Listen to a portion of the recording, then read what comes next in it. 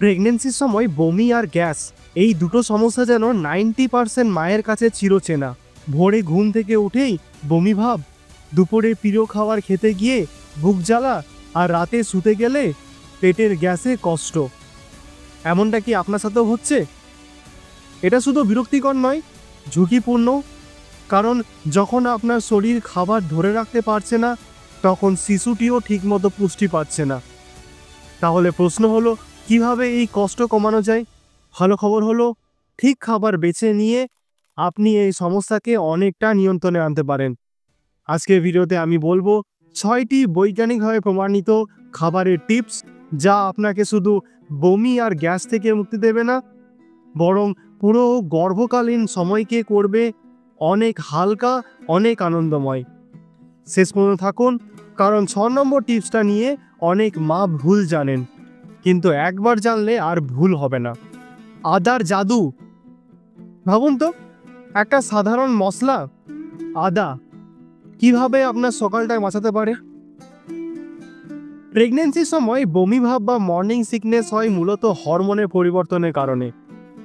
আদায় আছে জিঞ্জারল এবং সোগাওল নামের উপাদান, যা পাকস্থলীর খিঁচুনি কমায়, হজম রস বাড়ায় এবং মস্তিষ্কে বমির সিগন্যাল কম পাঠায়। কিভাবে খাবেন? সকালে খালি পেটে হাফ চা চামচ আদা কুচি দিয়ে হালকা চা বানান। খাবারের পর ছোট্ট এক টুকরো আদা চিবাতে পারেন, কিংবা আদা মিশ্রিত বিস্কুট বা ক্যান্ডিও বাজারে পাওয়া যায়, তাও চেষ্টা করতে পারেন। এখন একটা সতর্কতা, দিনে সর্বোচ্চ 3 থেকে 4 গ্লাস। যাদের অতিরিক্ত অ্যাসিডিটি আছে তারা খালি পেটে আদা না খাওয়াই ভালো।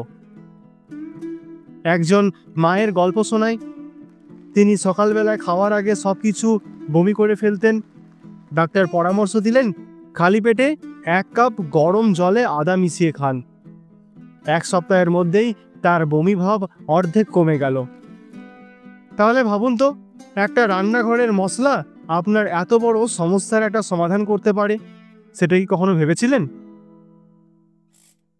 পাকা কলার জাদু। কলা শুধু শক্তির উৎস নয়, এতে আছে পটাশিয়াম, ভিটামিন B6 আর ফাইবার। পটাশিয়াম শরীরের জল আর লবণের ভারসাম্য বজায় রাখে। ভিটামিন B6 প্রমাণিতভাবে বমিভাব কমায়। ফাইবার হজম সহজ করে, গ্যাস কমায়। কিভাবে খাবেন? সকালে বা দুপুরে 1 থেকে 2টো পাকা কলা, কিংবা কলা দুধের স্মুদি বানিয়ে নিতে পারেন, কিংবা ভাতের সাথে বা হালকা নাস্তার সঙ্গেও ভালো মানায় এটা। তবে একটা সতর্কতা, কাঁচা কলা খেলে কোষ্ঠকাঠিন্য বাড়তে পারে। অতিরিক্ত কলা খেলে আবার রক্তের শর্করা বেড়ে যেতে পারে। ডায়াবেটিস থাকলে ডাক্তারকে জিজ্ঞাসা করুন আগে। একটা প্রশ্ন, কলা খেতে তো সবাই ভালোবাসে, কিন্তু প্রেগনেন্সিতে কি কখনো ভেবেছেন এটা আপনাকে বমি থেকে রক্ষা করতে পারে? ডাবের জল। বমি বা ডায়রিয়ার কারণে শরীর জল শূন্য হয়ে গিয়ে ঝুঁকিপূর্ণ হয়ে যায়। ডাবের জলে থাকে সোডিয়াম, পটাশিয়াম, ম্যাগনেসিয়াম, ক্যালসিয়াম, যা প্রাকৃতিক ইলেকট্রোলাইট হিসাবে কাজ করে। কিভাবে খাবেন?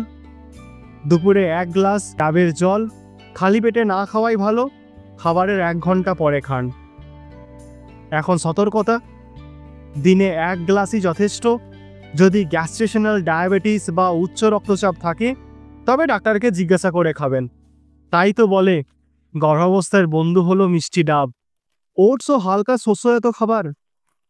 গর্ভাবস্থায় অনেকেই বলে ভাত খেলে গ্যাস হয়, রুটি খেলেও পেট ভারী লাগে। এই সময় হালকা শস্যজাত খাবার, যেমন ধরুন ওটস কিংবা সুজি, সেমই হতে পারে দারুণ বিকল্প। তাহলে কেন এটা উপকারী?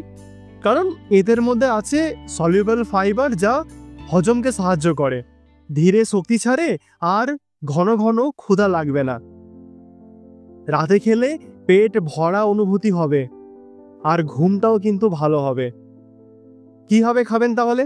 সকালে ব্রেকফাস্টের সময় দুধ দিয়ে ওটস মিশিয়ে খেতে পারেন, কিংবা সন্ধ্যায় সবজি দিয়েও সুজি খেতে পারেন। এখন এটা সতর্কতা বার্তা দিচ্ছি, বাজারে পাওয়া ফ্লেভার্ড বা ইনস্ট্যান্ট ওটস এড়িয়ে চলুন, এদের মধ্যে চিনি বেশি থাকে। একজন নতুন মা বলেছিলেন তিনি রাতে হালকা ওটস পোরিজ খাওয়া শুরু করার পর থেকেই আর বুক জ্বালা হয়নি, ঘুমও ভালো হয়েছে। মানে ওটস হচ্ছে আপনার পেটের শান্তিরক্ষী, শাকসবজির শক্তি।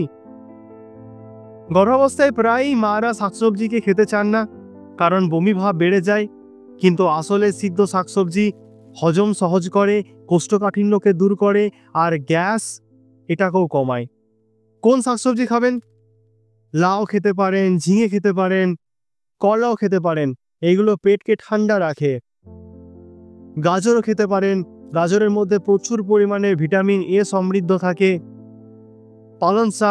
পালং শাকের মধ্যে আয়রন ও ফোলেট থাকে, যা শিশুর মস্তিষ্ক ও রক্ত গঠনে জরুরি। তবে কাঁচা বাঁধাকপি বা ফুলকপি বা পেঁয়াজ গ্যাস বাড়াতে পারে। সবজি অবশ্যই ভালো করে ধুয়ে রান্না করে খেতে হবে, ইনফেকশনের ঝুঁকি যাতে কমে যায়। তাহলে আজ রাতে তরকারিতে কি হবে? লাউ, ঝিঙে না পালং শাক? দইয়ের উপকারিতা। দই হলো প্রাকৃতিক প্রোবায়োটিক। দইয়ে থাকে ল্যাক্টোব্যাসিলাস ব্যাকটেরিয়া, যা পাকস্থলীর ভালো ব্যাকটেরিয়াকে বাড়ায়, হজমে সাহায্য করে আর গ্যাস ও অ্যাসিডিটি কমায়। কেন উপকারী? প্রোবায়োটিক হজমতন্ত্রের ভারসাম্য ঠিক রাখে, ভিটামিন B12 দেয় আর স্নায়ুতন্ত্রের জন্য জরুরি। গরম দিনে ঠান্ডা আর আরামদায়ক। কিভাবে খাবেন? দুপুরে ভাতের সাথে 1 কাপ টক দই কিংবা ফল দিয়ে দই খেলে বাচ্চাও পুষ্টি পাবে। তবে ফ্রিজ থেকে বের করে ঠান্ডা দই সরাসরি খাবেন না। যাদের ল্যাকটোজ ইনটলারেন্স আছে তাদের ডক্টরের পরামর্শ নিয়ে খাবেন।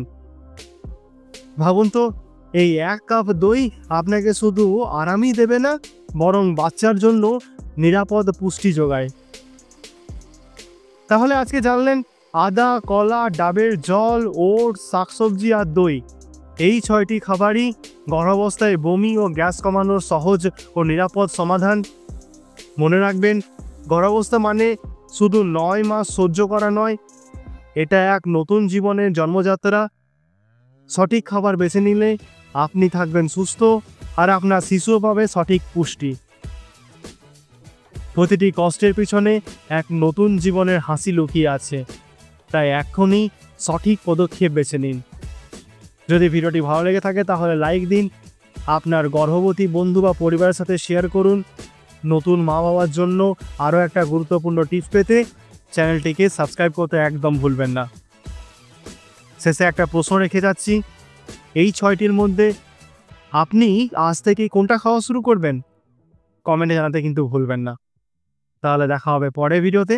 ততক্ষণের জন্য স্টে ফিট, স্টে হেলদি। ধন্যবাদ।